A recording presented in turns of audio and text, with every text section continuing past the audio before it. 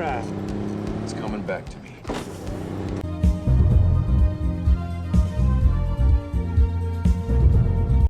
Hello there, this is Stormdog. I have a notebook beside the couch where I watch movies, and let's see what I've taken notes on next. This will be no surprise due to the video title, but today I'd like to talk about Black Dog, the 1998 Patrick Swayze action movie, and Randy Travis, and Meatloaf. Interesting. While the movie doesn't get stellar reviews on IMDb, I found it to be an awesome good old boy trucker movie. Now for 1998, that trend had long since gone, but I still found this to be very fun. Back in the day, we had greats like Convoy, Over the Top, and other highway-adjacent movies. Around the late 90s, you did have things like Breakdown with Kurt Russell, easy to mix him and Swayze up on first glance, and I don't think I'll go as far as to count Space Truckers a couple years before this. That's a weird little movie that turned out to be way more fun with way better effects than I assumed it would be. Black Dog is a PG-13 action movie. Once upon a time, this was not a problem, as we still got a lot of really fun PG-13 action movies.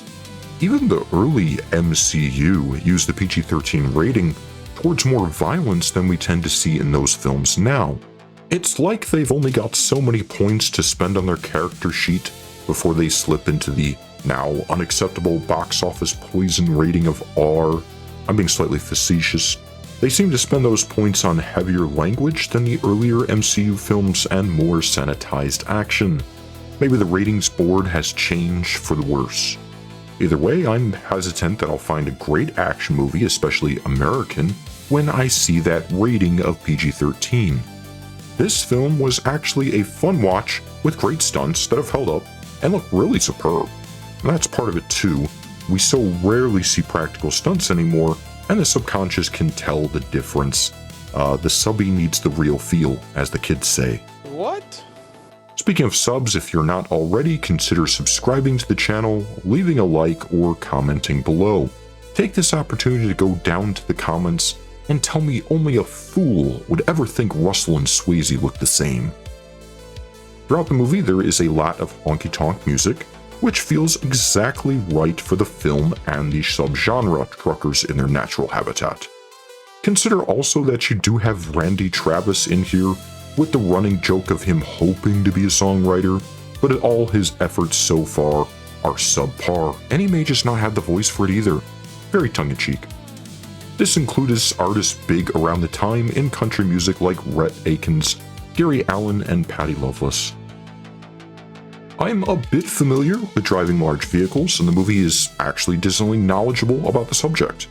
It turns out that Swayze went through a real truck driver training school to get his CDL Class A for the film.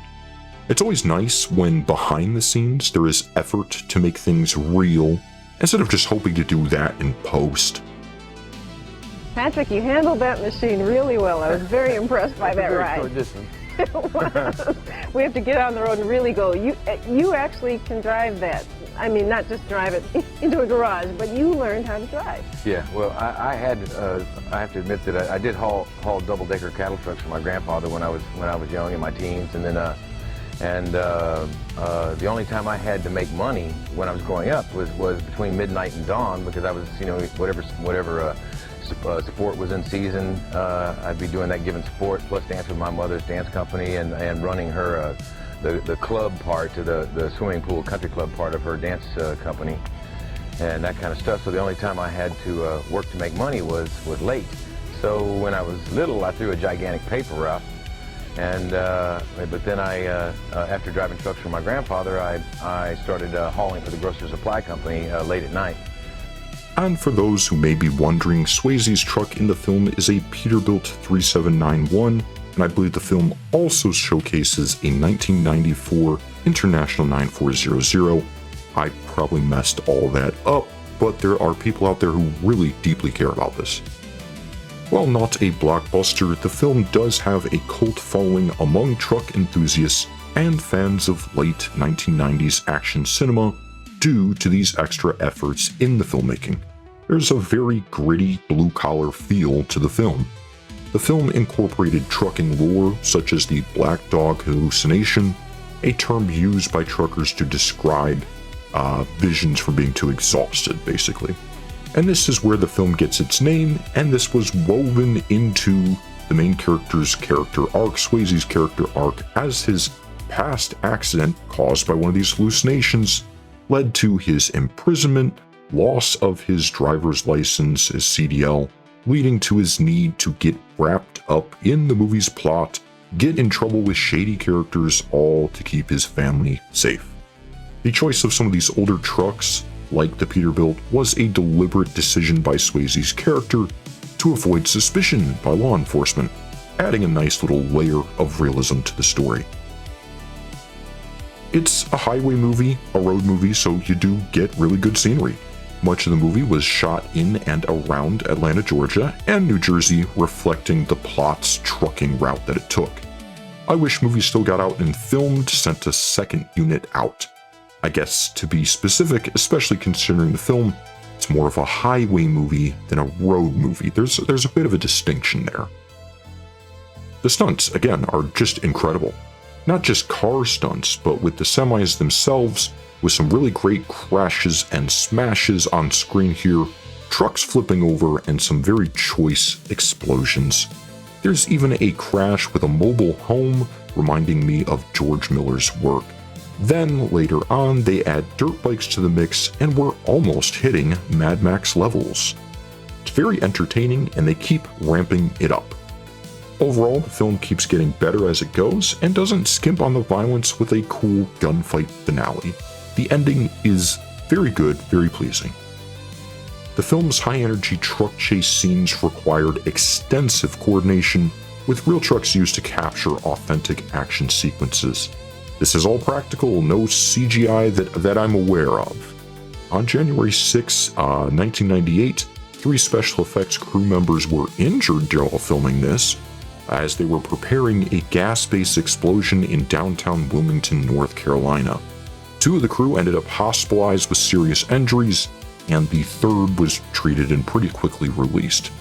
Improper safety measures that went against industry standards allowed for the stunt, the explosion, to go off earlier as the crew was setting up the shot.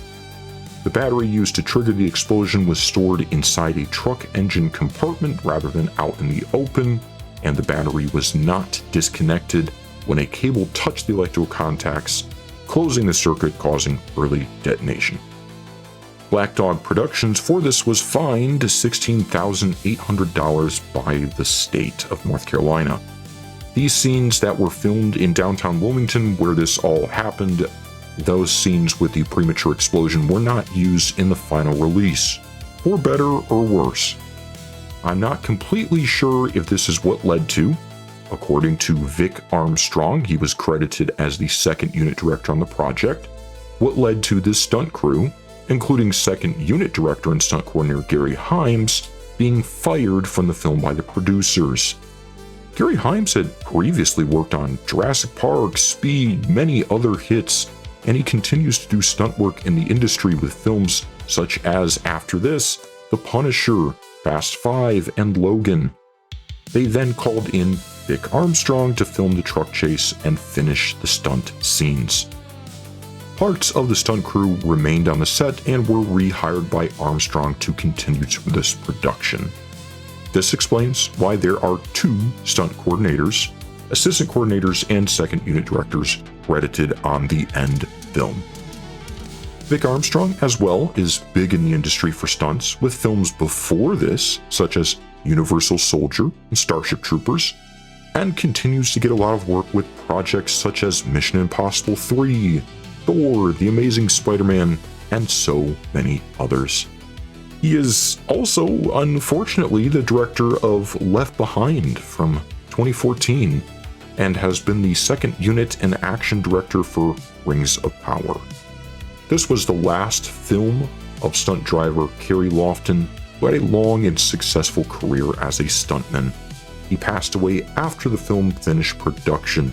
He lived from 1914 to 1997.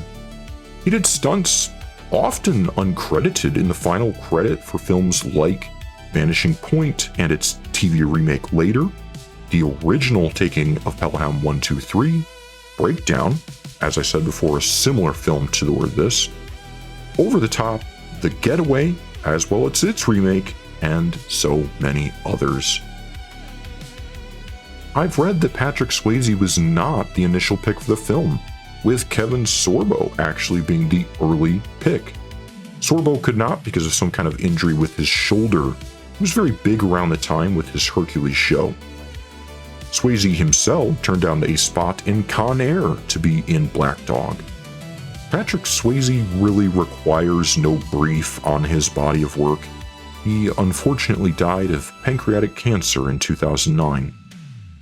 He always felt very real in his pictures and had a type of grittiness I really respected. Randy Travis has been in a few major projects before this, like The Rainmaker, but never made a major action star of himself. He did play one of the Younger brothers in Frank and Jesse, an underrated western from the 90s about the James Younger gang that has an even-handed look at the different sides of that bit of history. Meatloaf, on the other hand, has been more successful in landing film roles, such as his role in Fight Club, Formula 51, and has been in film way further back than I realized. Gabriel Cassius has a supporting role, and I didn't realize he was a writer for the film Takers, another good PG-13 action movie, as well as being in Black Hawk Down. Charles S. Dutton also has a supporting role, and he automatically makes every film a bit better. I recently saw him in Mimic, a fun creature feature from the 90s with very nasty bugs, and he was also in Surviving the Game, Rudy, and others. Character actor Stephen Tobolowsky is also here. He's been in Groundhog Day, Thelma and Louise, did a long stint on The Goldbergs, has done a lot of cartoon voice work, and the underrated National Security, which I did a video on. He stays in constant work. Black Dog grossed approximately $12.95 million at the box office, a modest return for its budget of $30 million. While this seems like a loss initially, especially with the box office, this doesn't take into account home video sales as well as later DVDs, rentals, and TV broadcasts. It received mixed reviews, and critics said it had a reliance on action over plot depth. I feel it has a good little center story, the plot keeps moving, and like the vehicles of the film, get faster and ups the ante each sequence. The ending as well did not fall flat, and I was very happy with it. It's a great movie for people who like 90s action, like highway movies, and like heavy, high-powered vehicles. As I said, it has a cult following among truck enthusiasts. The movie comes and goes from Tubi, but doesn't seem to be available anywhere else without an extra charge beyond monthly subscription. I really enjoyed the stunts and practical effects as well as like the characters. It's also very important to me that the finale peaks the film without it feeling like a drop down to previous sequences, and the movie pulls that off. I recommend it for people for all these reasons: the cast, the production, and the outcome on screen. Until next time, this has been Stormdog.